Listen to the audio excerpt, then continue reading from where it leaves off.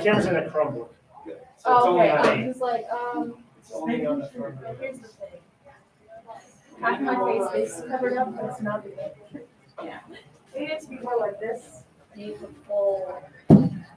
I saw someone at the grocery store yesterday with a Darth Vader mask on, and I was like, Nice. Okay, but like so it was like the full helmet. I'm not sure if that works. And I was like, I love that. At Man. that point, you have to full send and just completely toss. So we still have 5 minutes. I'm gonna ask that you guys have Chromebooks out. Not all, you don't have to, but because I think that's how people at home are gonna talk to me and you is through the chat feature on Okay. Google Classroom and on YouTube Live. I don't know if it's gonna work. Right now I have one viewer right now, but it's probably me. Let's see. I have 2 viewers.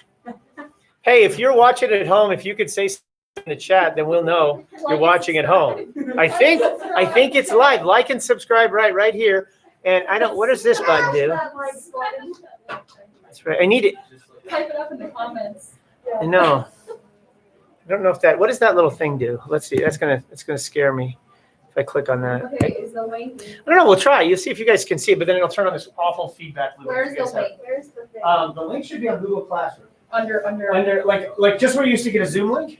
Other YouTube link day, below. I don't see a YouTube link. below. other day 6 class information? Is that it? Yeah, that's it. Okay, Yeah, okay, that's gotcha, it. gotcha. So in theory, Oh, there you are. see, and so that's me wearing this pink or this light blue shirt, right? Yeah, it says video unavailable, but we're working on it. We're working on it. It says I have 3 people. I got 1 like. Oh my This is God. for the people. Like, you can see. Yeah. I So think if you sign out, it'll let you. how is that going to work? I'll be right The back. video is unavailable. Yeah. Sign out of your account. Yeah, but these are for school issue Chromebooks, so it's like, you want to be someone else. Here's the thing. Yeah. I don't know. Okay, like, and then Say my something. other person who worked with the teachers got like new Chromebooks. And our teacher apparently got a new case of Chromebook in school. Like you can write on it and everything. It's like, oh, he has 3 subscribers. I'm gonna subscribe. Yeah, I'm really sorry. Feel it. It's great. Don't worry. Don't worry. It's gonna be okay. I think he needs to go in. I think he needs to go in. I think What'd he you needs figure to out? Go in and improve the channel itself. Yeah, improve your channel. How do I prove my channel? I don't know, but that's what I know that other teachers have done. Okay. How do I approve my channel? So let me think about that. Okay, well, channel. listen. I can tell you all What this do you guys- later. Come on. Wait, did you fix the restriction? I don't think I fixed anything. You- Okay, It still so- says unavailable. So let's. I The subscribed. problem is on me. I subscribe with them, so Okay. don't worry. So let's see. Got your post notifications. All right. So. 2 thumbs up. There, I liked it. So if I go to YouTube, Oh, I want to go to YouTube Watch. I'm gonna go to YouTube. Where's my channel? How do I? Oh, I got 6 people watching my channel right now. That's awesome. So I get to my channel, and then I have to channel not approved. Approved. Aha! You gotta approve the channel for Jeffco Schools. Yes. And also, Jeffco automatically restricts YouTube. They have to, on their YouTube account, scroll down to the bottom, and there's one of those little times that you click, and it clicks off. It says restricted mode on, and they have to click it. Okay. Most kids will have to do that. Okay. Thank you. Is that Yeah. yours? Yeah. You're awesome.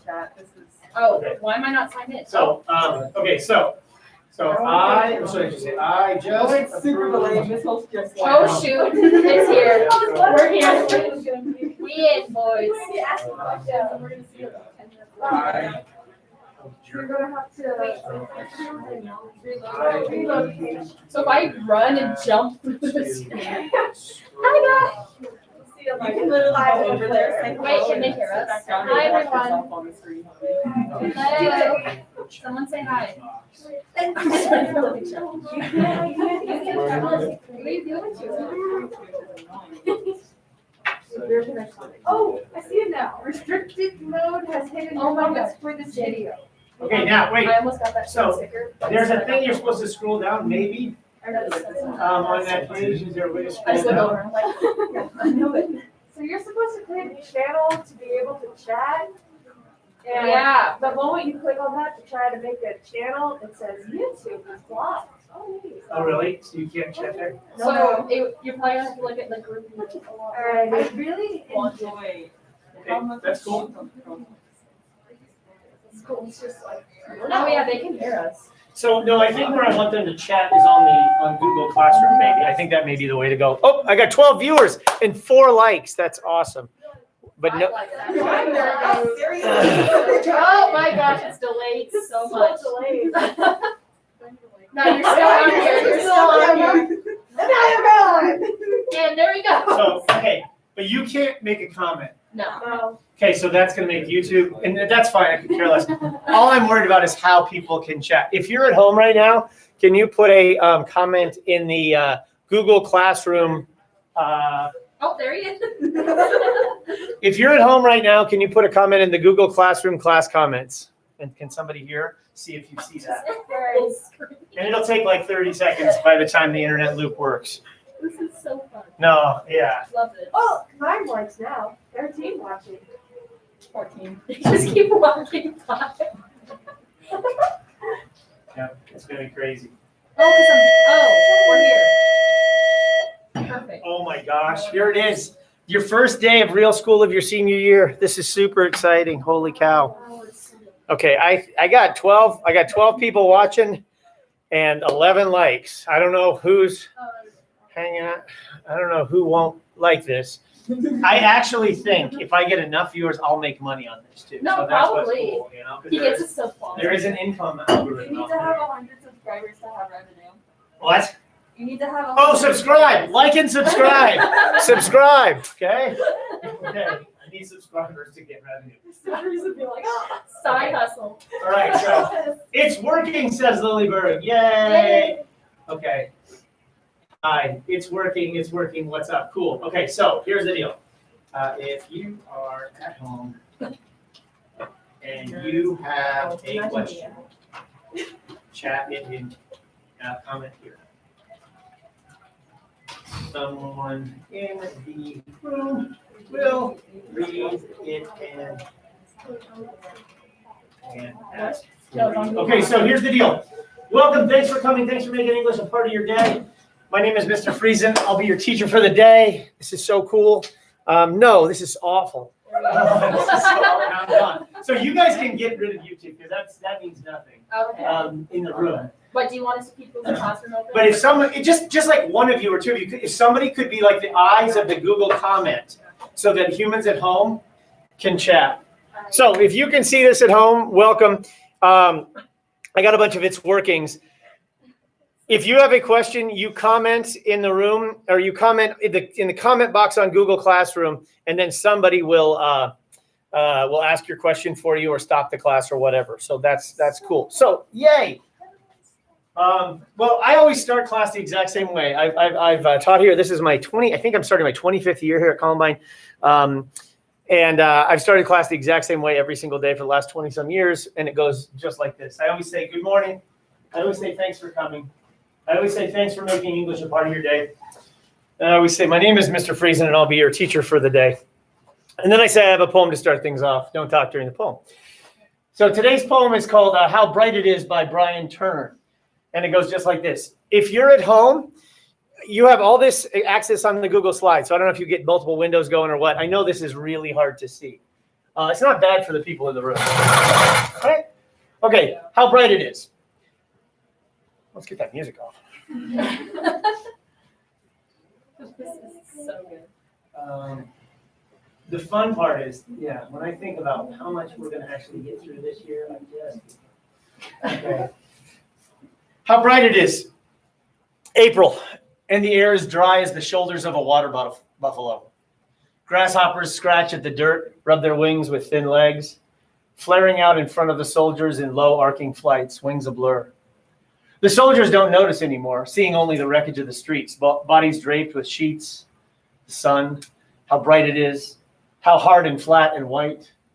It will take many nails from the coffin makers to shut out this light, which reflects off everything. The calloused feet of the dead, their bony hands, their pale foreheads so cold, brilliant in the sun.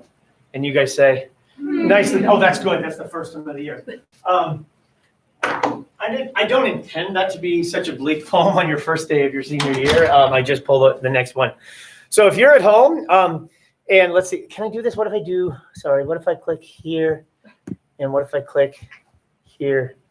And then what if I click, how do I do this? Stream classwork, yeah. Tuesday, day 6, yes.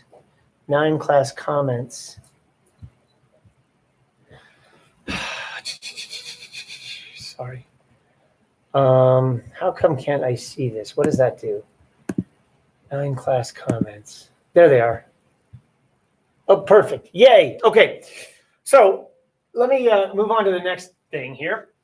So welcome. Thanks for coming. I just showed you the agenda. I want to tell you about our hybrid procedures today, and then have a short video on time, and then we're going to talk about Tinker. So that's most of what we're going to do is talk about the book. My goal is to make our time in the room as productive as possible, less computery when you're in the room, more computery when you're at home. And that's what we're going to do. Hybrid procedures. Starting today, I think class is available on YouTube Live. I hope that's working for you guys at home. I do have 16 people watching and 18 likes. I don't know how that's even possible. Starting today, you'll be on YouTube Live. A link for the class will be provided on Google Classroom. If it's anything like this morning, it may go on and off. Just keep looking. I'll keep putting them up there if there's ever a problem. I don't know. I don't know if you should subscribe to my channel or if you should just flag my channel, because then you can see new links when they go up. I have no idea. I've never done this before. You people are nodding. Does that make sense? I don't know.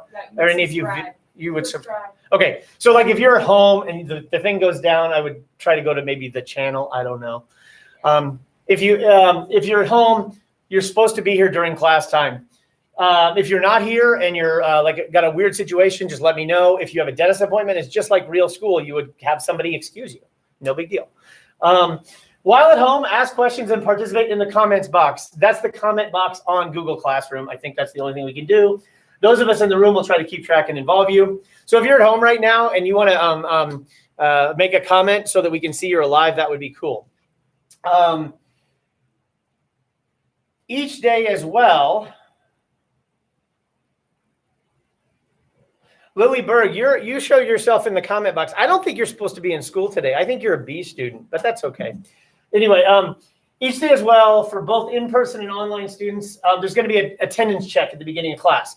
So if you go on Google Classroom, there's an attendance check right now that you guys should fill out. Now, if you're here, you're here. But if you're at home, you're home. And it's at the beginning of class. I think it turns off after the first 10 minutes of class. And that's just how I know you're here on time. Does that make sense? So give that a try. If you're at home, go to there, answer the question. If you're in class and you want to do that right now, that'd be great. If you don't want to do that, that's fine too. Questions, comments, we good? So tomorrow when you guys are at home, just fire it up and fire up the Google Classroom question for tomorrow. Here we go. What else do we have? I have a video to start things off today. And this video, since we're talking about Tinkers, by the way, see, look, I have my signed copy of Tinkers here. See, this is, see. To Eric, love Paul right there. Paul Harding right there. See it? Paul Harding signed my book. I just happened to get a box one time that there was a bunch that were signed by him. So anyway, I have this video called "Does Time Exist?" I figured it's 7:40 in the morning, and it might be a good time to talk a little bit about this question. So when you talk, when you guys write your paper on Tinkers, even if you're writing about a theme that isn't time, like maybe you're talking about the idea of loss, I guarantee you time will weave its way into your paper somewhere. And so I thought I'd just show this little video to start off. So if you're at home, and I'm going to stop doing this, but if you're at home and this doesn't work right now, it's in the slideshow. So all you have to do is open the slideshow and click it. Everything is here for you. Okay, so I'm going to watch this video real quick with you right here. Okay, so here we go. Does time exist? That looks pretty good. Maybe I can hit this. Crank the volume. Let's try it. I don't know if it'll work.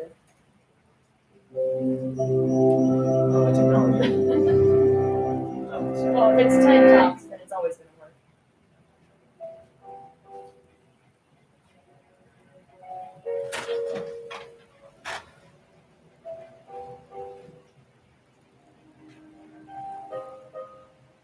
The earliest time measurements were observations of cycles of the natural world, using patterns of changes from day to night and season to season to build calendars.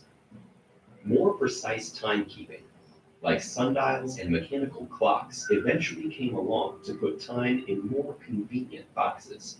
But what exactly is it that we're measuring? Is time something that physically exists? Or is it just in our heads? At first, the answer seems obvious. Of course time exists. It constantly unfolds all around us, and it's hard to imagine the universe without it. But our understanding of time started getting complicated thanks to Einstein. His theory of relativity tells us that time passes for everyone, but doesn't always pass at the same rate for people in different situations, like those traveling close to the speed of light, or orbiting a supermassive black hole.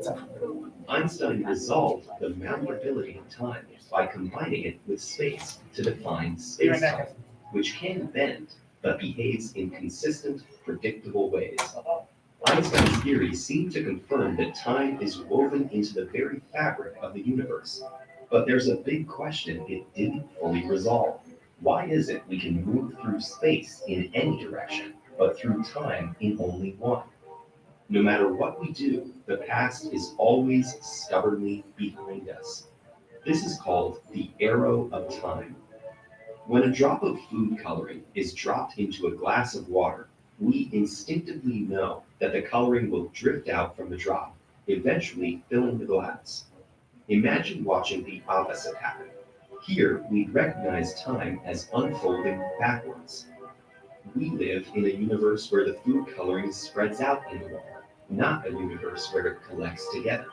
In physics, this is described by the second law of thermodynamics, which says that systems will gain disorder or entropy over time. Systems in our universe move from order to disorder, and it is that property of the universe that defines the direction of time's arrow. So if time is such a fundamental property, it should be in our most fundamental equations describing the universe, right?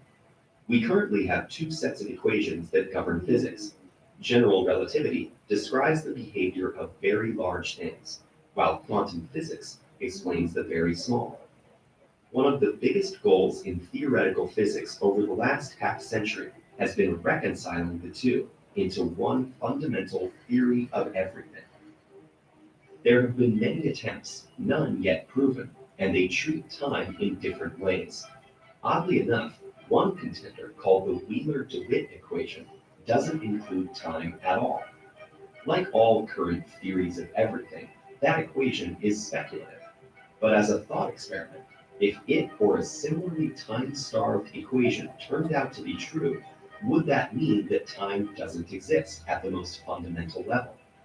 Could time just be some sort of illusion generated by the limitations of the way we perceive the universe? We don't yet know, but maybe that's the wrong way of thinking about it. Instead of asking if time exists as a fundamental property, maybe it could exist as an emergent one. Emergent properties are things that don't exist in individual pieces of a system, but do exist for the system as a whole. Each individual water Like Mickey molecule Mouse. doesn't have a tide, but the whole ocean does. A movie creates change through time by using a series of still images that appear to have a fluid, continuous change between them. Flipping through the images fast enough, our brains perceive the passage of time from the sequence of still images. No individual frame of the movie changes or contains the passage of time, but it's a property that comes out of how the pieces are strung together. The movement is real, yet also an illusion. Could the physics of time somehow be a similar illusion? Physicists are still exploring these and other questions, so we're far from a complete explanation, at least for the moment. If time does exist, you'll probably want a brief history of it. Explore more of the fundamental questions of our existence by downloading a free audio version of Stephen Hawking's modern classic at audible.com/TEDEd. Every trial created encourages Audible to continue supporting TEDEd's nonprofit mission. So the reason I show that obviously is that this is a book about the nature of time. And I don't know, do you guys see some connections to what we're doing in this book where we have these independent pictures? And then as we perceive them, we create movement. Let me show you a little section that just now I was thinking about the thinking about this. If you guys go to page 42 in your hymnal, on page 42, this is when George is lying in bed. Page 42 at home. George is lying in bed, and nobody is commenting that at home. Could somebody comment at home in the comment box on Google Classroom, and we'll see if it shows up? Because I don't know if you guys are really there. I think you are. I don't know. Do these things, and they reload, like it refreshes automatically, doesn't it? I mean, it has to. Indubitably, he says. Is that right? I don't know what that means. Okay. Class comments, blah, blah, blah. Well, Greg's there. Yeah, Greg's there. Okay, I'm hoping it works. Okay, I'm just going to assume it works, and if it doesn't work, whatever. Okay, so if you guys go on page, what did I say on page 42 in your hymnal? This is where George is lying in bed, and he begins to do this panoramic view around the room as he's lying there, and Charlie's with him, and he's listening to the clocks and such. And this is the section where he recalls when he started smoking. This is, sorry. I don't want to be interrupted all the time here. Everyone's here. They all Yep. just have the same. And this kid just said, I see everything. Okay. All right. They're helping each other. I'm hoping it works, whatever. He's talking about like when he retired and he decided he was going to be like that kind of guy who smoked pipes, and he kind of thought about that. And then he goes around the room a little further, and he sees these paintings and the Queen Anne chair and the still lives. And if you get to page 42, on about 5 lines from the top of page 42, George looks out and he sees this painting hanging above his desk. This is the Gloucester ship. Okay, you guys got it? Page 42. There was another oil painting hanging above his desk. This one of a packet schooner sailing out of Gloucester in stormy weather. It was a scene of rolling dark greens and blues and grays swarming around the lines of the ship, which was seen from the rear. The insides of the very tips of the waves were illuminated from within with sourceless light. So now we have this dip into the second person there. So we are invited to watch. And that video we just watched was about the connection between perspective and time. If you watched, point of view, the straight lines of the schooner's masts and rigging storm up, the ship was not under sail, long enough in the dim light of an early evening or a rainy day, the sea would begin to move at the corners of your vision. They would stop the moment you looked directly at them, only to slither and snake again when they returned your gaze to the ship. So to me, like that's a moment where if you're writing a paper, you've got water imagery, you've got light and dark imagery, you've got ship imagery. But what are we really digging into? We're digging into the connection between what is true and real and what we see. And the idea that perhaps perception is not fixed, that ultimately, ironically, the more we focus, the less we see. And the idea that we can best see by allowing our periphery to bring things into view. The idea of movement from stasis. Look at all those people chime in. Thank you at home, people. That's in that moment. And that video just kind of reminded me of that moment. So today what I want to do is I just want to bounce around the book, and I want to use you guys in class to talk about features and parts. I've got some handouts for you guys too. And tomorrow you'll get these handouts as well. I'll try to, I don't even know how I'm going to do this. Handouts are really hard because I had to make handouts today for you, but I also have to make them for the people tomorrow. But then if I want anybody to have anything for next week, I have to make them for next week, like next Monday. And I have to think like so, and I don't even know if like, because we're in a blizzard today. I don't even know what's going to happen at all. So here's what I want to do. I want to start in the book. So here's where I want to begin. And you guys can certainly chime in, but I'm gonna use what we have right now. So we have 7 of you here today. So I think we're gonna end up doing stuff in kind of like 2, 2, 3, I guess, because I want you to talk to the people in the room. So if you guys could go to page 87 in your hymnal. 87 is chapter 2. Chapter 2 begins, well, why don't we back up a tiny bit? Chapter 2 begins on page, 81 for you guys. And on page 81, George has been in the bed, but the last thing in chapter 1 is that night where Dad came home muddy, and Kathleen is hiding the seizures from the children. And so George is kind of the responsible one. He's putting people to bed, and then his dad's trying to explain things to him on page 80. And then his father overstokes the fire. Now, in my opinion, in the real world, George is in a coma right now. Okay, I believe that George goes into a coma somewhere around page, I don't know. He goes, let's see, where is it? Sorry, I should have flagged this. On page 68, like 5 lines from the top, he says, I'm so thirsty. That's the last thing he says in the real world. So somewhere after page 68, I believe George is in a coma, okay? And so the deepest Tempest Borealis section, his father having the fugue state in the field, him doing that weird I am a mosaic, the mosaic with the pieces that are shifting, all that stuff. That and then his father overstoking the fire on the bottom of page 80. And is that really just George? Is that George in the real world being hot because he's been calling for water, but now he's asleep or in a coma? And so is this kind of thing that's happening in his memory a reflection of his state, as it is? I don't know. That's kind of how I put it together. So if you guys go on page 81,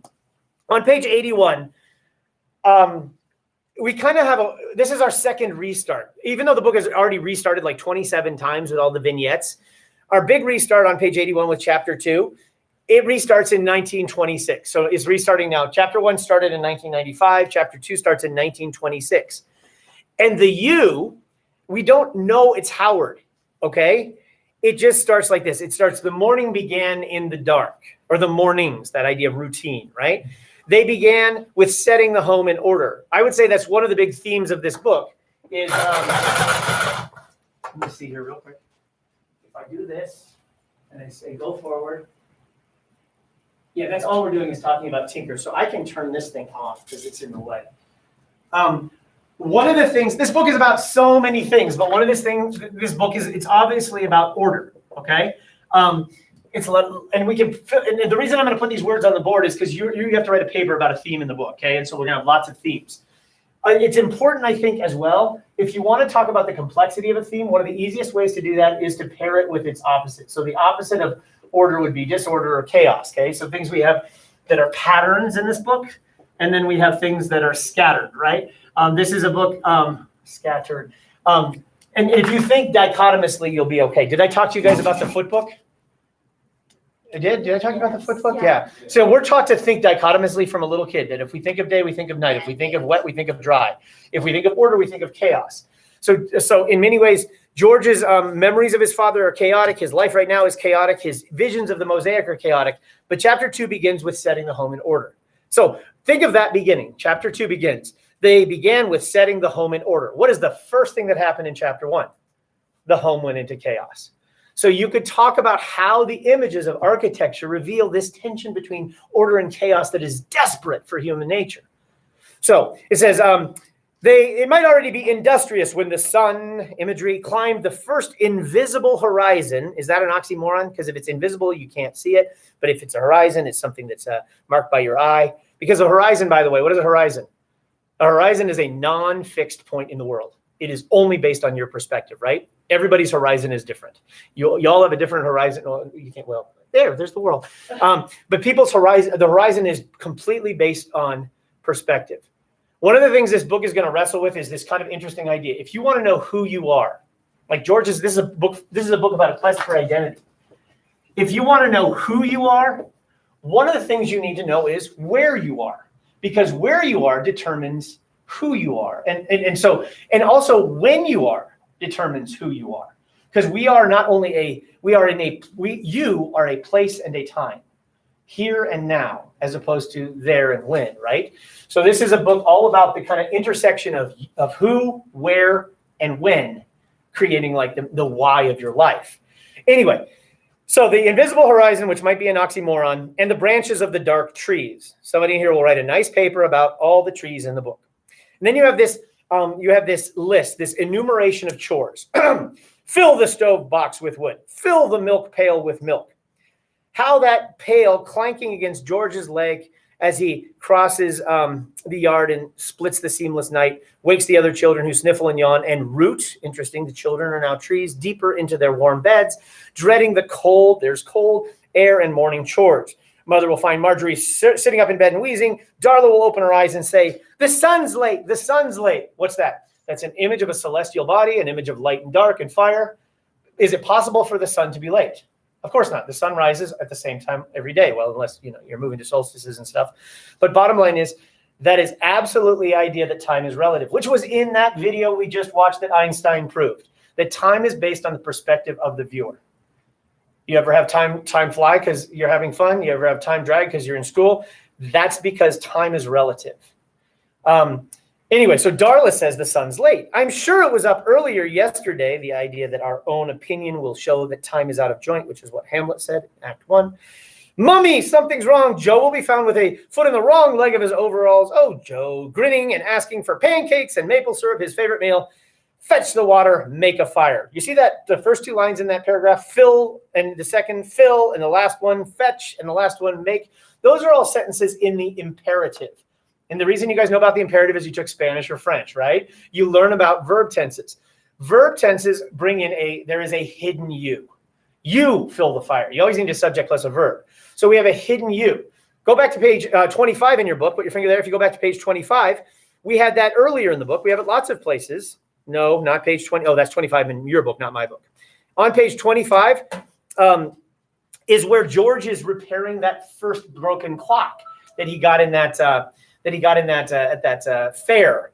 And if you look on page 15, it doesn't matter where. Find a sentence, and that sentence starts with a verb. As we talk about the process of you bringing order to the chaos of the broken life, of the broken clock, right? Where you lay and unscrew and lift and examine and poke and lower and fix and lift and add and stick, all that. You see all those verbs? That's putting your life in order, putting the clock in order, putting the house in the order with chores. We could spend all day on page 25 in your book. The last one, what you do is you add your name to the legacy of the clock. Just like, what do we have? We have Howard, we have George, we have unnamed child. And then we have we don't have unnamed child, but we have a girl. So it's either Darla or, no, not Darla, Betsy or somebody else. I don't remember the other daughter's name. And then you have Sam or Charlie. So the idea of this lineage, this family tree. Anyway, so we have that idea of we're seeing resonances in this book. And so on the top of page 82, it says, your cold mornings are filled with heartache. Now the you on the last page was George. You fill the pails. You fetch the water. But on page 82 at the top, that you is Howard.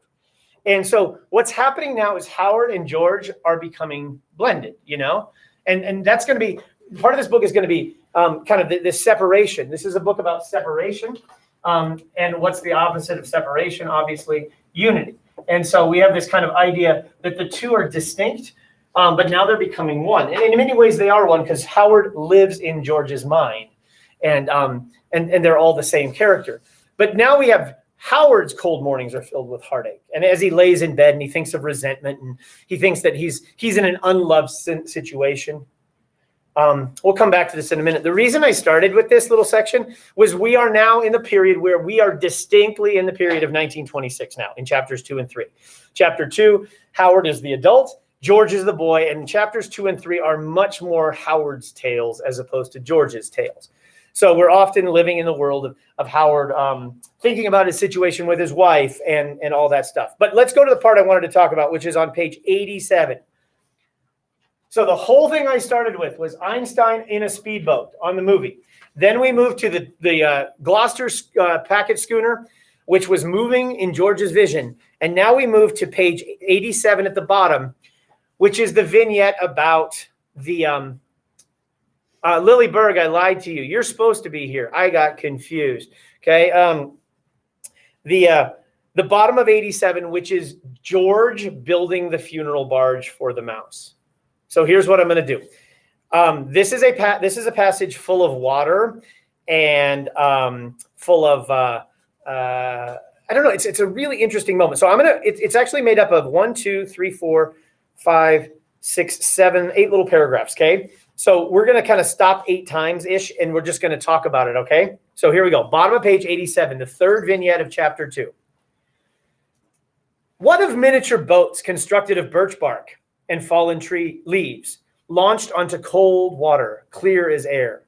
How many fleets were pushed out toward the middles of ponds or sent down autumn brooks, holding treasures of acorns or black feathers, or a puzzled mantis.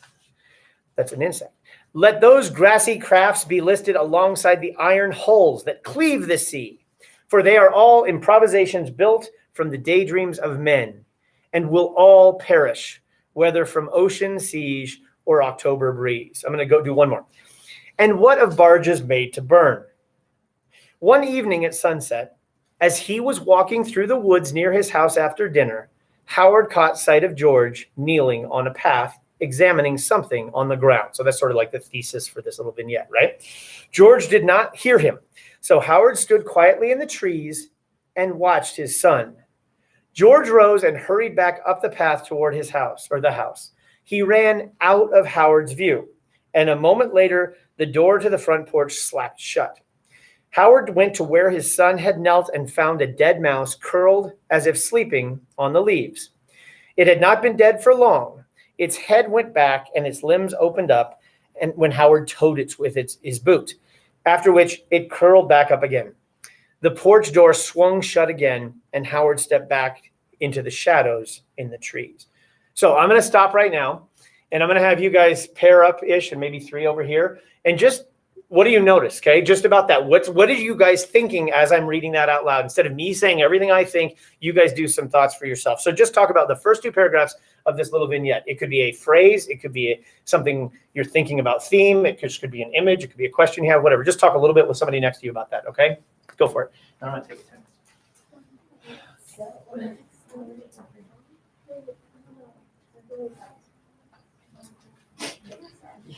Look at this is real. This is why we're in hybrid. This is why we're in hybrid. Okay, sorry.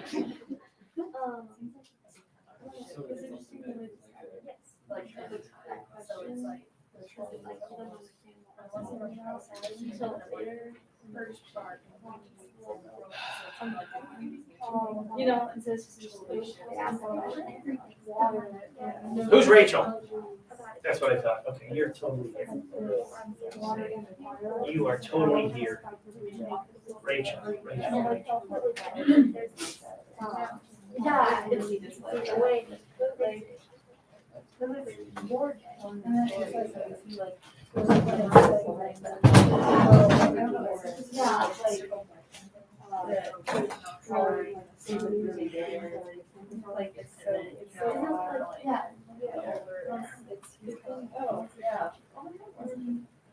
like just weird? Because like the way he's portrayed is that he's kind of like water. I don't know. It's the story for me.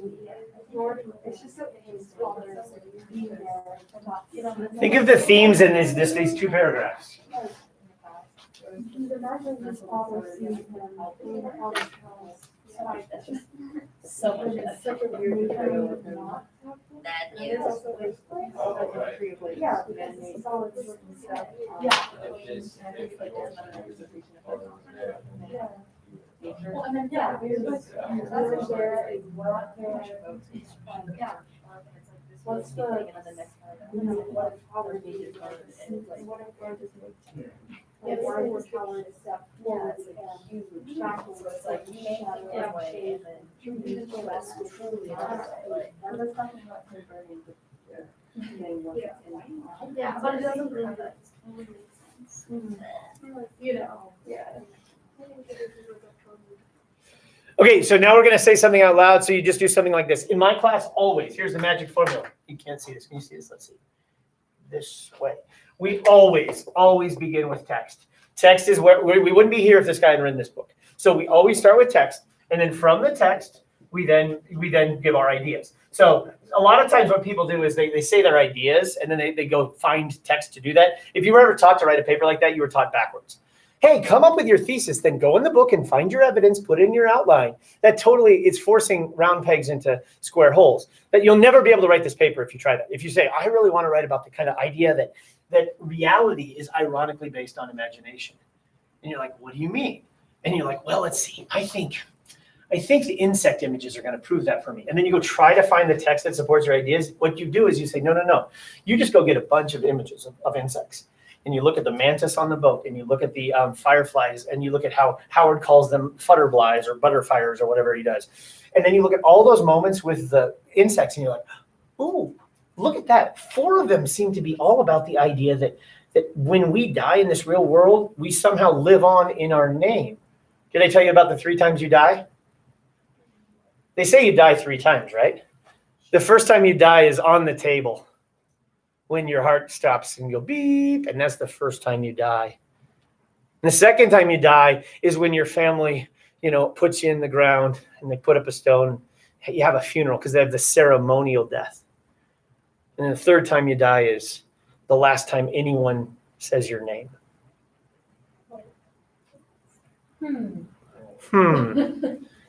So as long as you live, okay, whatever. So in many ways, is Howard alive in this book? He's absolutely alive in the book. That's why we talk about literature in the present tense. It's because it's always alive when it's happening. The best thing, Hamlet says to Polonius in Hamlet, you would be wise after you're gone that they say good things about you because you live on in memory, story, whatever. So you don't say, I want to write about the idea of living on in memory. What you do is you say, I'm going to look at a whole bunch of fire images in the book. And you let the fire images give you your paper. But you've been thinking about the ideas, so you have a ready stove to put whatever dish you're going to cook on it. So we always start with the text. So 3 lines from the top. Here's what you're going to do. You're going to point out something you saw, just like I'm doing. 2 lines from the top of page 88. Those ships, they're all improvisations built on the daydreams of men. And I would argue that's what the whole book is about. The whole book is about the improvisations, the imaginations that are built on these imaginations. So in many ways, I see the reality of the situation is, this is this tension between what's real and what's imagined, improvisations and daydreams. That's Howard right now, or George right now, right? Isn't George right now daydreaming? And isn't he making stuff up on the spot, which is improvisations? And how do I know that? Because there's this weird picture of this idea of a boat there, or whatever. Does that make sense? What did you guys notice? Ooh, come on. First participation of your senior year. I'm learning names. Charlotte, right? Yep. Okay. This is super hard. This is hard, don't you think? I think it's hard to see people just as half a face right now. But you could all be frowning right now. Or sticking your tongue out like this. Go, Charlotte. Yes. What do you got? So this is different from what I was talking about earlier. Sure. The line on page 87, 3 lines down. Right. How many creeks are pushed up towards the middle of the pond, sit down to autumn brooks, holding charges with acorns and black feathers, or a puzzle of mantis? Uh-huh. And what I was kind of thinking about how these boats are kind of symbolic of George as a boy, kind of being pushed out into the real world, all of his own ideas and hopes and dreams, his own little treasures. I like that. So pushed out is a good phrase there. Good. Yeah. When you guys write your paper too, if you're writing about boat imagery, the power of the image is not going to be necessarily in the word, fleets. It's going to be that thing next to it, like pushed out. So it's that's why you quote 7, 8 words, even though the image is only one of those words. It's maybe the adjective describing it, or it's the phrase or the verb that's attached to the fleets. Nicely done. What's another thing you guys noticed? Hold on. I'm trying to learn names. You would think I'd know this. All right. This is my first day, actually. Are you Kaylin? Yes. Nice. Did I say it right, Kaylin? Yeah. Okay. So for the first paragraph, that first question that was saying, what of miniature boats constructed of birch bark and fallen leaves? Right.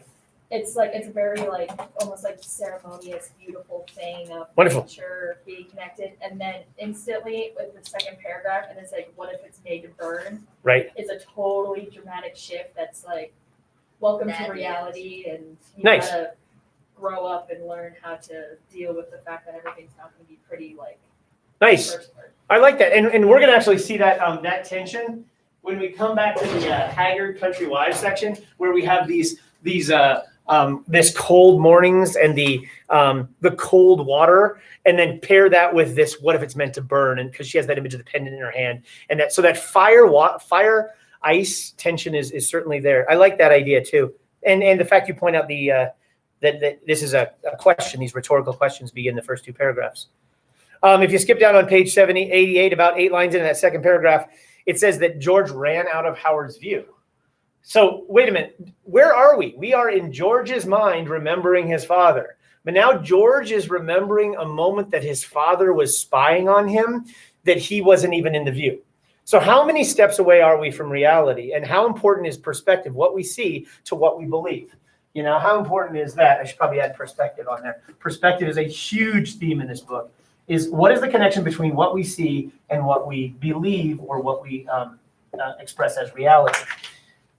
What's another thing in those, anything in those little sections that we just talked about? We got the trees and the shadows and the brooks and the burning. I'm coloring my book. You are Ebony. No, Ebony, right? No, wait. Oh, I did that earlier. You are Jamie. Yep. Jamie. And the only reason is from the top up, okay? Similar color hair, similar hairstyle, okay? But I'll figure it out. Jamie, nice. Okay. Middle part, yeah. Side part, that'll do it. Well, and 9,000 other million things that make you distinct humans. Go for it. I noticed how like the scenery is very well described Mhm. and like what Howard's doing is really well described, but Howard just steps back into the shadows of the trees. And like I found it really unsettling where I was like, why is Howard here? And I was Creeper. like, yeah, it's just like it seems like George wants it to feel like Howard cared about him, but the way he's portrayed the scene makes him seem like he's crazy. Nice. And it's really I don't know, I Yeah. really just like this scene specifically because of Howard. Yeah, and his spying and watching him, and when he's gone, it's almost like he should be like, looking at the mouse. And I kind of expected him to go down and smell, I don't know. Yeah, cool. Anything else in these little sections? Let's just keep going. George returned to the mouse and wrapped it in a newspaper. So is this our first death in the book? I don't remember. Let's see. Have other things died yet? I don't know, but here's our funeral. This is a funeral, right? George returned to the mouse and wrapped it in a newspaper and bound the shroud tightly with a kitchen string. He stuffed the wrapped mouse into an empty box of kitchen matches. The Howard smelled the kerosene and understood his son had soaked the newspaper with it. Now this is the paragraph I love. Sorry, I'm coloring my book. I like to color my book sometimes.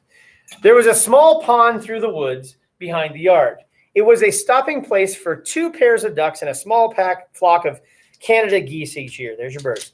Its depth was no more than 5 feet at its deepest. Sometimes, this is the part I love, George fished there and caught a small brook trout, which he cooked over a fire he made at the edge of the water. If it was, this is an edge of the water. This book, one of the themes in this book I find everywhere is the idea of boundaries. The idea that there are these lines between opposition. That's what the horizon is. It's the boundary between earth and sky, between concrete and abstract. George right now is on the boundary between life and death. Maybe there's a boundary between imagination and reality, There's a boundary between sleep and wake. Is that what dreaming is? You're half of each. So this is a book about boundaries. And George finds himself as a boy on the edge of the water. If it was Saturday, he fished at sundown. When during early summer, there were mayfly, insect and dray catches that brought the trout up to the surface to feed. That trout's going to come back later in the book. At some point, bats would flit from the darkness out over the water to feed on the insects. George would stop fishing then because bats had struck at his fishing fly, and he had terrible notions. This is George's imagined problem. He had terrible notions of a frantic, squeaking bat impaled on the barb hook, trying to free itself, only breaking its own fragile wings in the process. Grabbing the bat and yanking the hook out would be unthinkable. So the only choice seemed as if it would be to run away, leaving the struggling animal on the end of the line, and not to return the next morning to return the next morning to collect the rod and hope that a fox had happened along and eaten the bat and not swallowed the hook along with the bat, so that it too now struggled somewhere in the woods, dragging the fishing pole by the taut line, which now ran from its gut up through its throat and tore the sides of its mouth. So when the bats came out, George cooked what fish he had, if he had any, and watched the darkness settle, and then went home. So I'm going to take this one a little bit. This little section here where we have George's imagined fishing is incredibly powerful to me, because it really is it page 45?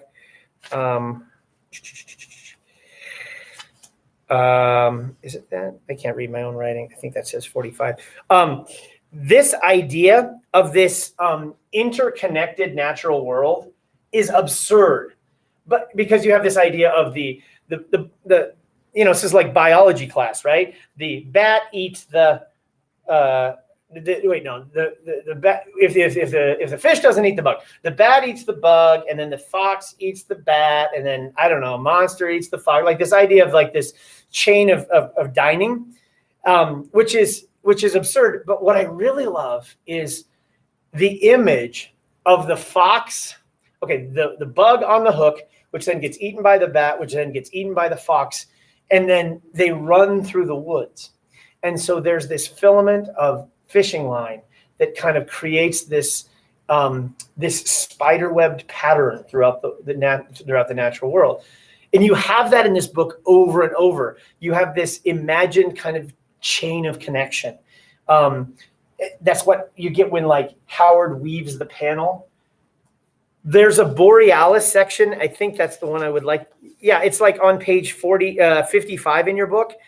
The Borealis sections are happily missing from chapters 2 and 3. They're crazy. But maybe this Cosmos Borealis, and cosmos is basically, cosmos means the universe, and the definition of the word cosmos is the universe seen as an interworking system. You know, and so if you have this idea that the universe is an ordered whole in the cosmos, and I think I've told you this before, but I believe these sections called Cosmos Borealis, I don't know, I have no proof of this because I make everything up in this book.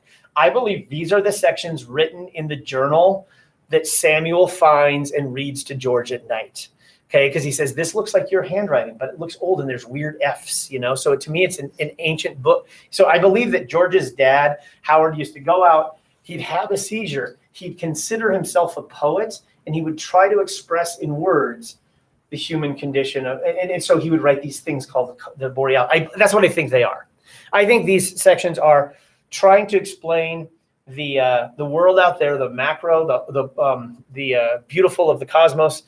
At the same time, that world is collapsing inside this guy's head because he's having a seizure. Anyway, on page 55, Cosmos Borealis, light skin of water and cloud of mountain on still pond, water body beneath teeming with reeds and silt and trout, sealed in the skin and night skin and ice lids, which we draw out with silk threads fitted with snags of fur or bright feathers, skin like glass, like liquid, like skin, are words scribed on slick surfaces, reflecting risen moon, spinning stars, flitting bats, so that we only have to whisper, blah, blah, blah. So to me, that section is a little bit like the imagined fishing of George, where these elements like sky and water and tree and flitting bats and this silk thread that, you know, weaves everything together. George, I think, is desperately seeking a connection.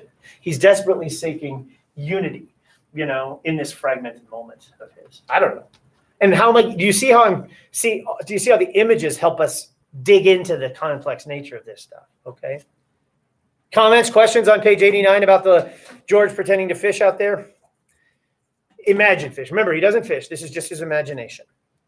Okay, I'm going to shut up now and I'm going to read the last little section. You talk to the smart kid next to you about what I'm about to read. Page 89. This is our first funeral of the book. Jorge walked to the water, and Howard followed slightly behind at a distance. At the edge of the water, and on page 35, we have another edge of the water part. You just write page 35 in your book if you want. But on page 35, that's where Howard goes into the woods, and he talks about the edge of the water, rescuing that child, LaRose, who's dead. Well, he doesn't rescue her. Well, he retrieves her, and then Gilbert at the edge of the water. There's lots of edge of water moments in this book.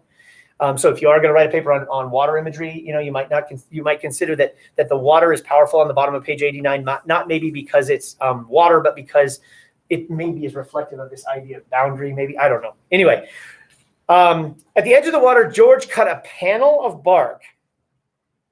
Howard cut a panel, or made a panel, from a birch tree with his jackknife. He sewed the bark together, visible threads, and at each end with a heavy sewing needle and dark thread, making a canoe-shaped boat. Here's our latest boat. He placed the tiny coffin in the middle of his craft, and laid a piece of coal, which he took from his pocket of his overalls, next to it. He lit the coal with a kitchen match. Then he had struck on his zipper fly and launched the boat. It floated down to the pond. All right, I'm reading it. You're thinking about it. You're going to talk about it. The burning coal illuminated the birch bark and made it look similarly like some sort of glowing animal hide.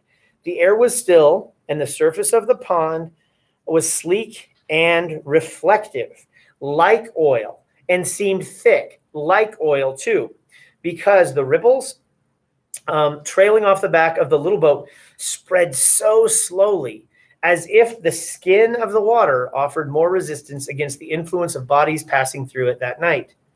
White moths came up from the grass at the pond's edge and fluttered out to the boat to flirt with fire. The fire reached the matchbox and rubbed at it again until it began to smoke. When the fire reached inside the box and touched the kerosene-soaked shroud, there was a bright, quiet thump as the bier was gulped into flame. The birch crackled and spat sparks. There was a gout of whitish smoke, which Howard imagined was the mouse burning. George's silhouette, ding, ding, ding, lit up against the flames on the water. The pyre sank with a hiss and final spurt of smoke, and pond went dark and was quiet again. Cremation came to Howard's mind. A vision of Viking kings laid on their funeral beds, on the decks of their dragon-proud ships, swords in hand, set alight and sent blazing into the dark surf, flames snapping from the ship's sterns like penitents in a gale.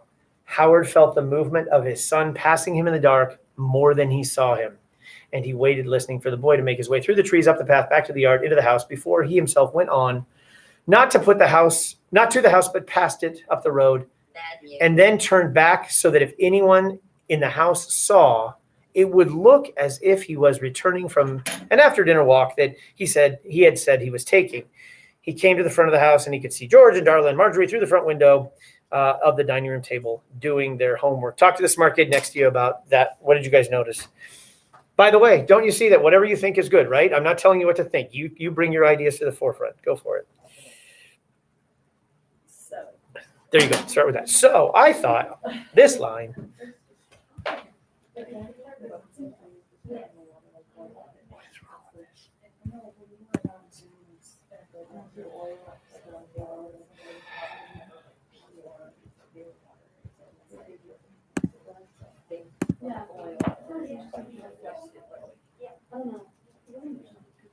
Well, no, it's Super it's like, confused. it's never like if you're wrong, so it's like.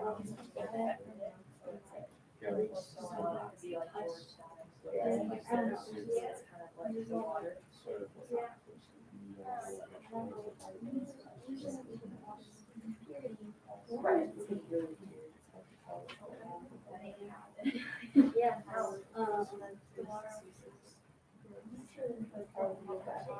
Right. This entire thing was something along those lines. Yeah. And it's funny how the cremation things that Howard's mom would like after they're like, he smelled the carrot, something yeah, but it was like a late reaction. Until after. Yeah. Yeah, well, like, about how he doesn't want to see thing, it's almost like, you don't really know if it's like kind of just being, because, oh, well, we're just gonna say she just wanted to make it sound like a conviction.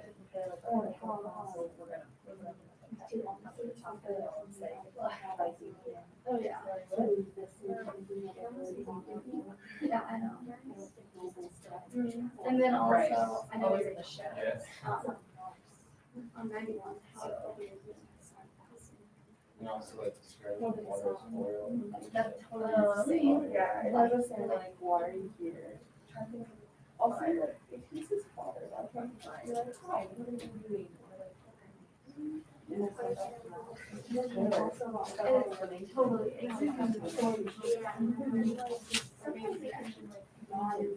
oh, it's like, you know, but it seems like he's trying to hold. Weird. When I'm trying to do it, yeah, it's blind.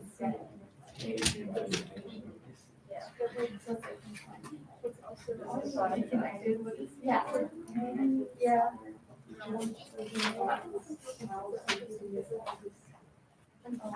honorable death. Oh, George, yeah. Seems nice. Oh, my God. Yeah. So, I think I was tired. Like, I remember that. Yeah. Someone out of the honor and power upon his life, but his father, who was never. One sentence. It seems like very specific in the mouse is heard, right, this honorable subject, like, and the way they always. Yeah, totally. Just is George's over. Oh, yeah. His father's. I don't know, the first time that I ever heard this section, I felt like it was going on way too long. Okay, so wrap it up and we'll talk as a big group. Oh boy. Any ideas, any comments? Word, line, phrase? It could be something you like, something you're, I don't know, anything. Anything on page, 90-ish or bottom of page 89? What do you got? Help me out. This is the whole point of in-person school, right? We participate ideas. You guys got it? Right, Jamie. Yes. Okay. He sewed the bark together at each ends with a heavy section. Bottom of page 89, yes? Yeah, bottom of page 89. I think it's just like he's creating unity only to like burn it up in flames. Okay. And I feel like I don't know.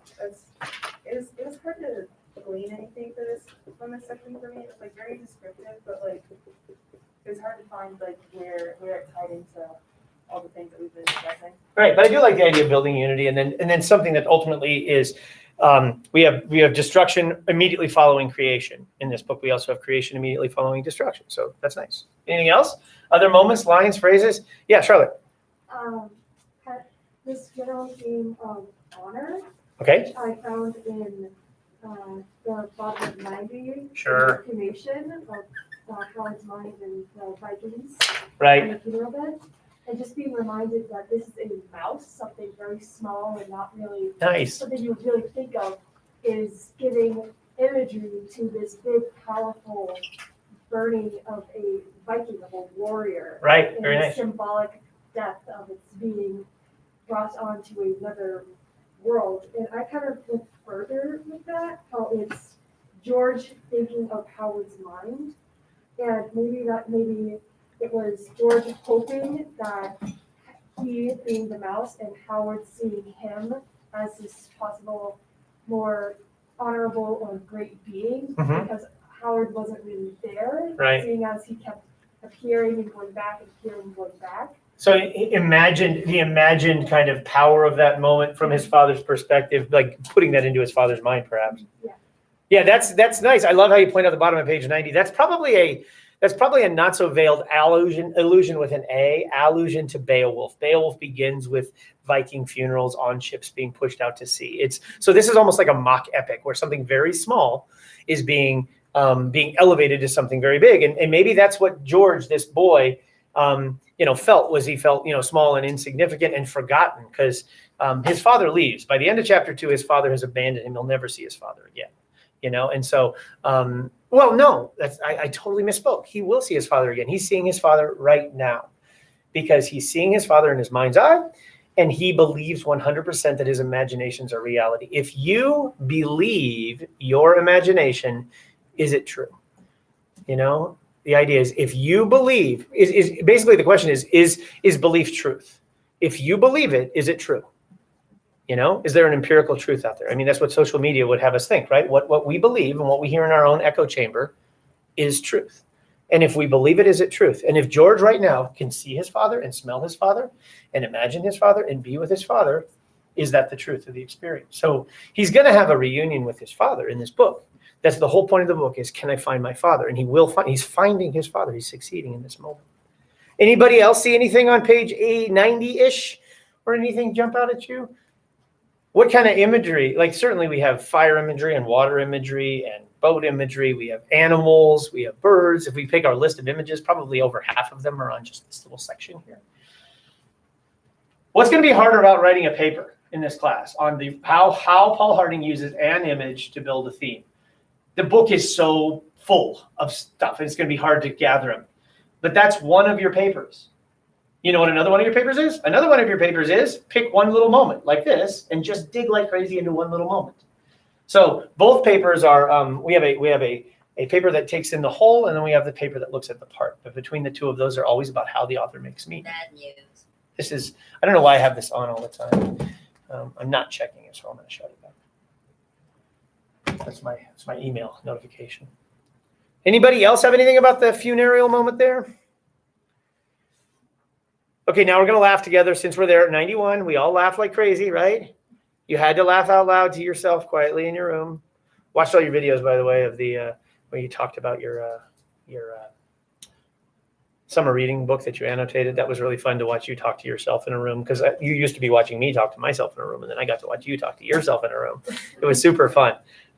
From the 90-second ones to the 35-minute ones, it was super fun. I did put some of those on double speed. And I know you've done that to me too. No, well, 91. How many of you guys laughed like crazy, right? What happens on page 891, right? He's going to take the wagon and he's going to turn his wagon into a hive, that moves. And then he's going to sell honey, right? And he's going to call it the cross bees, right? Because, okay, see, he made a joke on page 82. That was super funny. Super funny. I'm going to paint, and I'm going to, cut out the windows and put in the hives and charge 2 cents and go to schools and plant a bed of flowers and have a cabinet built and fill jars of honey and sell the honeys and call myself the cross bees. And this is a good segue, top of 92. Instead, winter came and he put the wagon away in the barn, and the mice and the stray cats nested in a half-frozen truth. So we have maybe the tension between what is imagined and what is real in his vision of making money. Okay, here we go. Here's a piece of paper. We did this last time. If you're at home, this piece of paper is in the supplemental materials, and I'll also hand it to you tomorrow. Okay? If you're at home, I hope you can hear this. It's really strange to be just hearing, like, I don't know. Maybe you could, in the comment box, if you're at home, mention if you're still alive. That'd be great. Oh, wait. Looks like the chat might work. Eli's on the chat. Grace is on the chat. Oh, boy. So, okay, the chat does work. Yay. It's not like I'm looking at it anyway, though. Okay, the chat does work. Hooray. All right. Do I get paid for chats, too? I think I get paid for comments, too. I hope so. Ahoy, says Grace. Yay. Isn't that fun? Okay, so I've given you this little passage here, which is the passage we started with last week, and we didn't finish. And last week feels like, does it feel like forever ago or just like a flash ago? I mean, how is time working for you since the pandemic started? Slow. I mean, isn't it crazy? It's so half the time I'm like, oh my God, yesterday happened, and then Right. half the time I'm like, that was 2 months ago? Yeah, it feels like we should be in April right now. April of last year or next year? Of This year. this year, and it's like, oh wow, it's August. But then You mean it feels like the April 2020? Or no, April 2021? Which April one? 2020? It feels like that's what we should Oh, really? be in, but then it's like it's August or September. I know. Isn't this awful? I listen to this podcast and the guy gets on and he goes, "Hello, it's Schmerz Day," because the guy's like, "I'm out of time. I don't want to do anything." So here, I don't know if you guys can see this at home. If you can, great. If you can't, great. This is the passage that I read last time, which is you can find it, I believe, on page 434 in your book, because it's on page 24 in my book. On page 34, this is no. No, yeah, it's there. Yeah, for 34. Oh, yeah. See, I'm looking on 34 in my book. Yeah, it's 34 in your book. Yeah. This is where Howard chooses to, he goes out and he in his wagon ventures forth. And instead of inventing like the Crosby's moment, he ventures forth and he encounters these haggard country wives. And I think last time I talked a little bit about how if I had to break this thing into thirds, I would probably break it. Well, I don't know. I might break it here. I might break it here, but I certainly break it here. And kind of, bottom line is, I would kind of talk about the beginning of the passage, then I talk about the middle, then I talk about the end. And I certainly mentioned at the beginning this idea that the beginning establishes him as something. You know, we talked about this last time. We talked about the fake accoutrements here. Things are fake and semi-precious and cheap, and everything is staying to look like something. So that's perspective, right? Things look like something. And so the idea is that what we perceive it to be with our perspective is real, and what it really is fake. And so that tension between what is true and what is false is everywhere. And are George's memories true of his father, or are they false? Are your memories true, or are your memories false, Are they invented stories? But if you believe them to be true, are they true? Do you believe your memories? That's why my daughter, my 14-year-old, made me watch some show on Disney Plus about witnesses, like eyewitnesses, where they're bringing people into police places when they saw a crime, and they have to recount, and how awful witness testimony is, because we believe our memory, and we also, as opposed to we can't trust things. Anyway, so he goes and visits these women, and we see these women in their routine, that every single day there's this routine of it getting cold and night and dark and ice and pressing down and the raw wood and the rough rafters and things that sag and sometimes snap, just like at the very beginning of the book, I think about page 18-ish, where George's house actually sagged and snapped upon him in his imaginations, right? So we have this idea of just the cold and the bleak and the dark, everything coming in as the ice buries us. So we have this idea of that we're going to be buried. We're going to go out not in a pyre of flames in this epic death, but we're going to be buried in our sleep, in the dark, in the ice, and even the fire, the cold sun here, very different than the other suns, which are these these bright forces that warm us and keep us safe. Here we have a cold sun, which is an oxymoron. So then what I wanted to talk a little bit was when Howard then moves in the second from the real world, this is reality, the reality of the cold sun, the dark, the loneliness, the rawness of life, and he moves into the imagined world by becoming the salesman, because he tells this woman, buy the pendant. And this pendant is this token. And this pendant, which we know is cheap, and it is semi-precious, and it is totally false. But the idea is all imagination is false. And so he's going to let this woman live in the world of false hope. And the despair of dying in the cold is going to be countered with hope. And we have this really interesting hope that this woman is going to try to counter with the reality of her situation. It says, buy the pendant, sneak it into your hand from the folds of your dress, and let the low light of the fire lap, with a lots of L sounds, okay, that kind of alliteration, and the idea that the fire is lapping. What else laps? Water laps, like waves lap against the shore, okay? And so this idea that this kind of idea that there's this kind of, the fire is kind of just coming and going and introducing itself to you and back. And the low light of the fire laps at you, and you're waiting for the roof to give and your will to snap, and the ice will be too thick to chop through with the axe. And as you stand in your husband's boots on the frozen lake at midnight, and the dry hack of the blade, we have hack and thick and snap with all of these, all of this kind of aggressive things. These two are onomatopoeia, they're sound words. But the dry hack of the blade on the ice, and you so tiny under the wheeling and frozen stars. So is that a paradox? Can things be moved, and can they be static at the same time? This is and the universe is that way, right? The universe is both constantly changing and uniformly fixed, right? Because things move in a circle and they end up right where they started before. So time is absolutely fixed, okay, according to the cosmos, but also time is moving. So as your time, because people in the old days, they used to use those stars to give them both a sense of where they were and when they were. Matter of fact, I bought this book. This is one of my favorite books. I've read it 3 times. It's called Longitude. It's all about the invention of time in the 1700s, because time was invented. And the reason time was invented was because they kept crashing boats.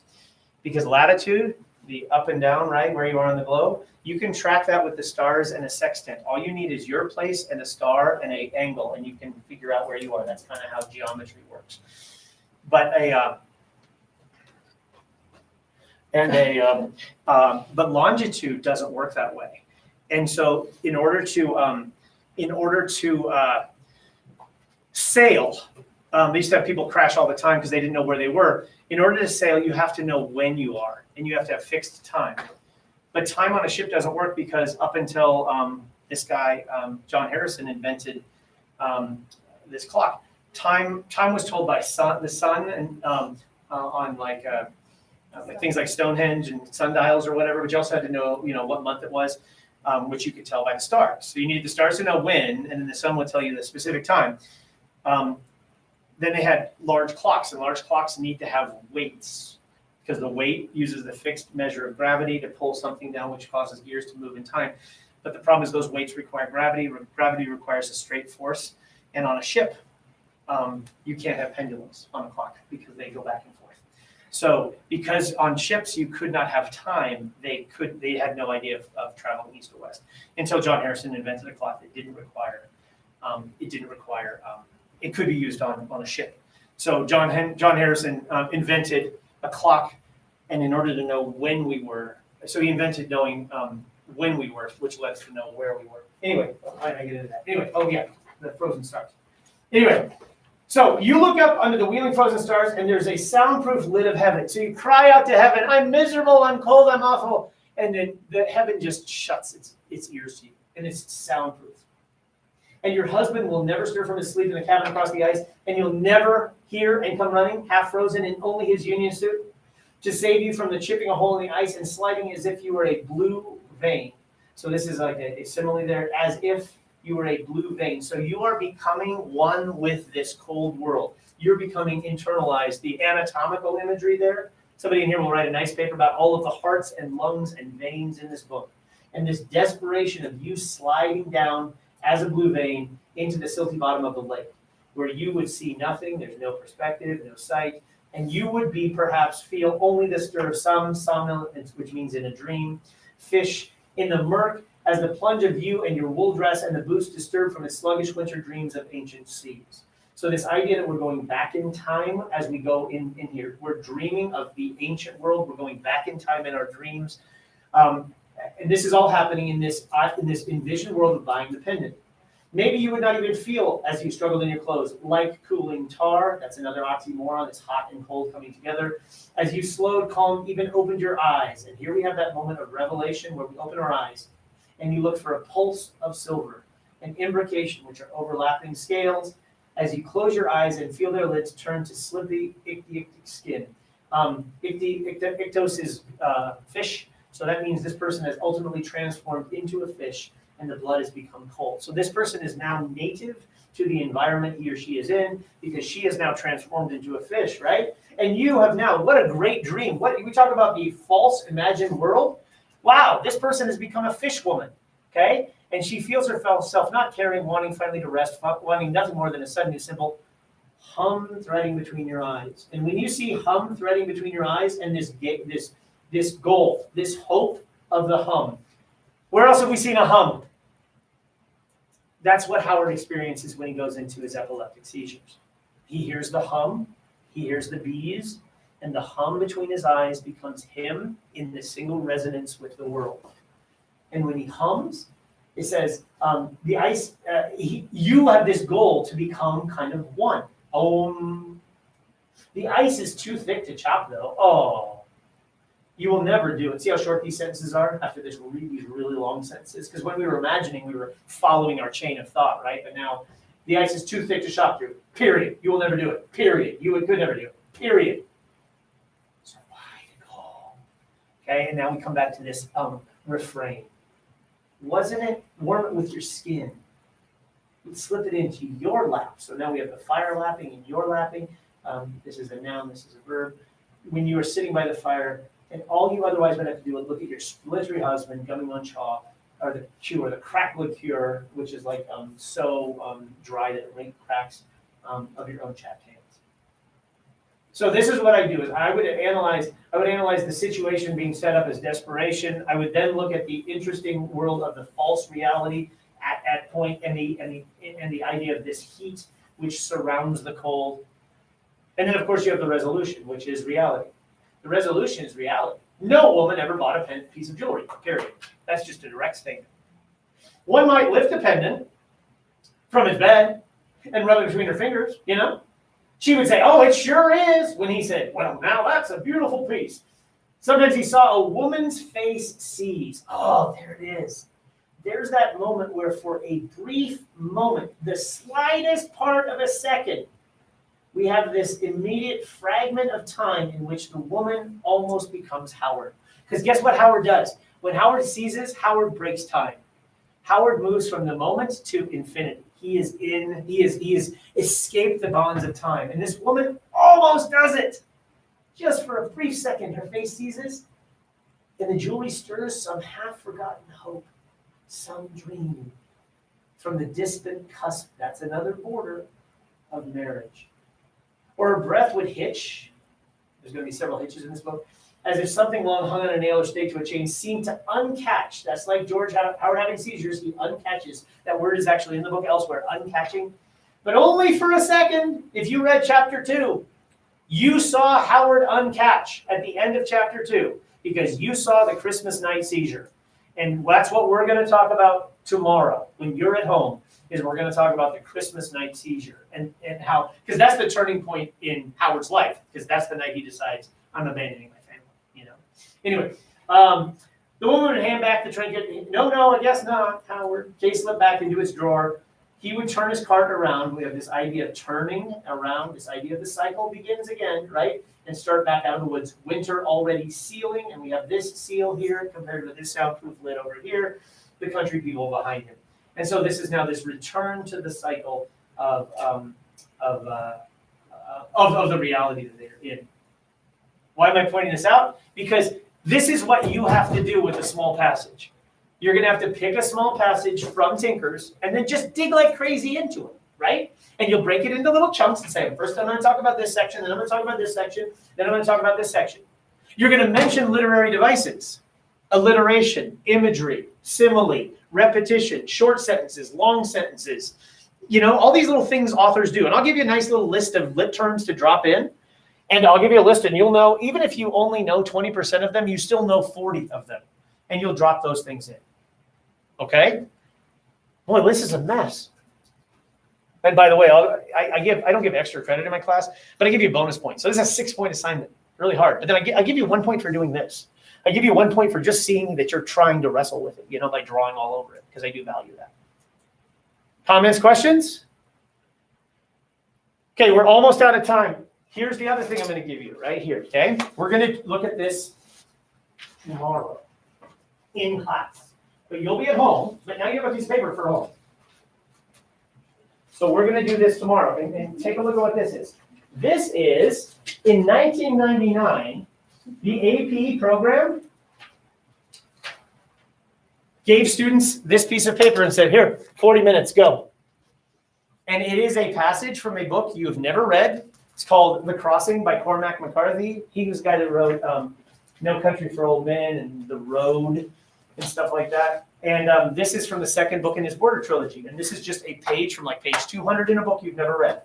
So it's exactly what we're doing right now with Tinkers, except for you have no context around it.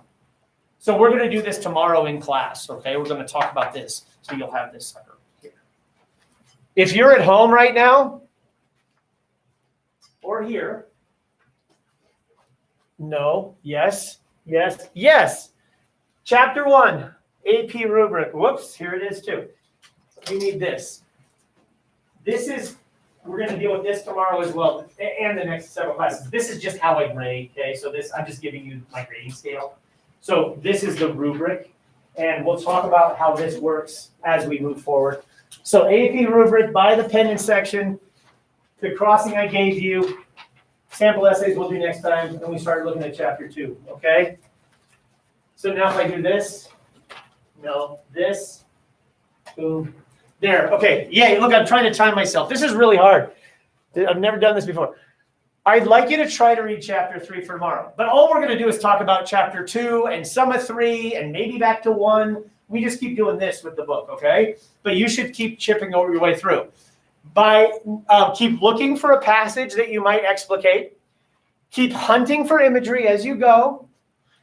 And make sure you check out at the end of the period if you're at home. If you're here, you want to do it too. It's always a fun little question, but I know you were here, so I'm not worried about that. But when you're at home, you have to check in and check out just so I know that you were present in the class. Okay? That sounds exquisite. Okay, good. And then have a good day. Hunting imagery passage this. There was one more thing I was going to tell you. Oh, next week. So next Monday and Tuesday, you're in the room. My goal would be to talk about 3 and 4 next Monday and Tuesday. But that means we're done with the book, which then means we have to talk about how to write papers. It's going to be really weird because we'll see each other Monday, Tuesday, and then I won't see you again until the next Monday, you know? So it's kind of weird. We kind of have to do this thing in chunks. So try to get through 3 tomorrow if you want, and then try to do the whole book by a week from now-ish, which isn't that bad, right? And then you'll have like a week and a half to write some papers. I don't know. And that's always hard. We good? Questions, comments, concerns? I was listening to Rush last night. Oh, yeah? Yes. I actually asked Mr. Tonelli, I said yesterday, ask him, do you have Tonelli's class today? Sociology? Well, anyway, I asked him whether or not he remembers Rush. Because when I was in 6th grade, they used to play the Tom Sawyer was a good roller skating song in Skate City. yeah. And I really hope that I love I really hope that I could roller skate with Debbie.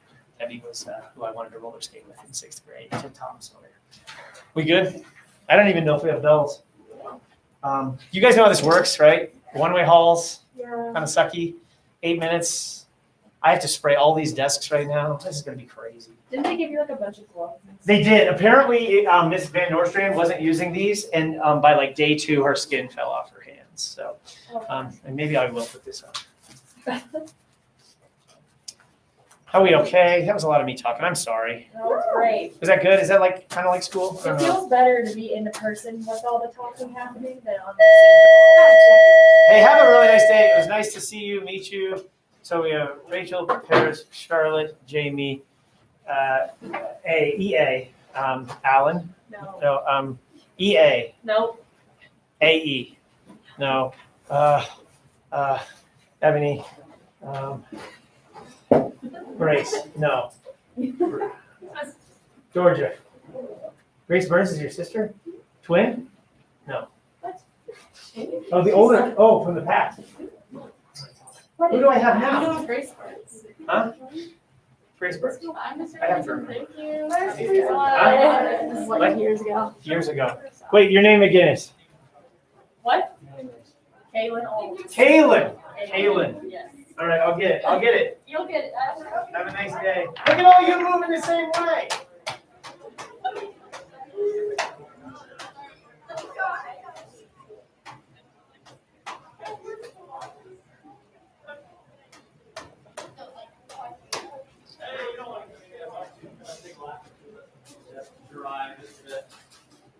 Are you just doing this? I mean, like 1, 2, 3, 4? Yeah, exactly. I gotta set a timer on here just for 5 minutes. Go. Yep. Oh shit, no, that's 5 hours. Did you talk? Did you kind of talk the whole period almost? Oh, I didn't end my stream. End stream. Oh no. Oh no. Oh no. End stream. Goodbye. End stream. There's a lot to do. Holy cow.